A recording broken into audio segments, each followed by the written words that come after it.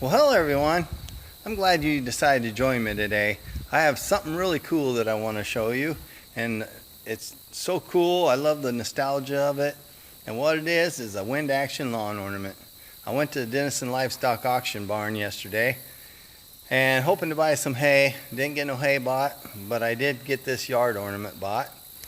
And I'm going to turn the camera around and show it to you really quick and talk about it, talk about the box that it came in, and talk about the manufacturer of it and the company that sold it, and actually talk a little bit about the lady who purchased it. So let me get this phone turned around, or this camera turned around, and I'll point it out to you and talk a little. Well, right there it is. It's a Beco wind action lawn ornament. Look at the price, $1.98. Excuse me.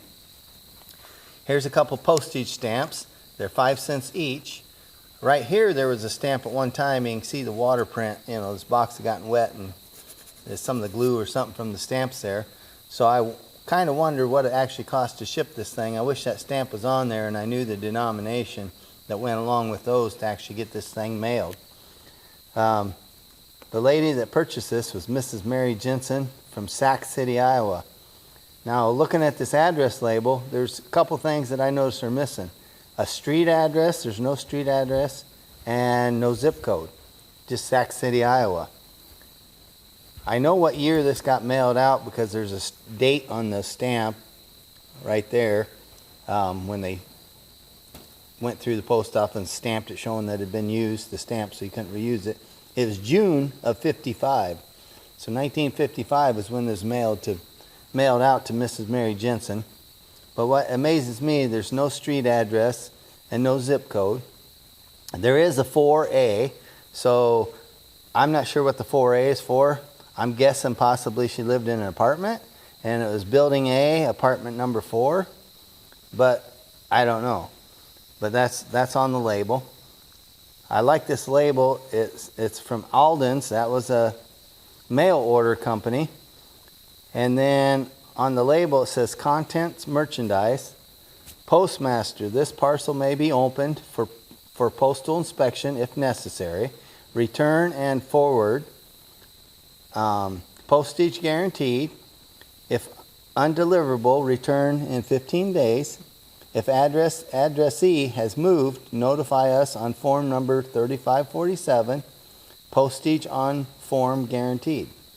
So that label's kind of cool. It has the lady's name and basically part of her address as far as I'm concerned, without not having a street address or a P.O. box or a zip code for the town. But I just like the print of this box. It's really cool. And to think that they had this box printed up and the whole item only cost $1.98. And then, of course, shipping on top of that. I don't know if the lady ordered it back then. She might have had to pay shipping. But the shipping couldn't have been too much, a couple 5-cent stamps, and who knows what that is. But you wouldn't think that the postage is going to be all that much way back in 1955. But anyhow, this was made by Bernard Edward Company, and I looked that up, and it was 2 guys, and I think their last name was the same, so I'm guessing it may have been brothers or possibly cousins, or maybe a son and a dad, I don't know, but it was Bernard and Edward. And I don't remember their last name. But anyways, it was in Chicago, Illinois. Same way with this mail order, the Alden's, that was in Chicago. And the address is 511 South Paulina Street, Chicago 7, Illinois, it says. And this is a number 350 Boy Fishing. And right there it is.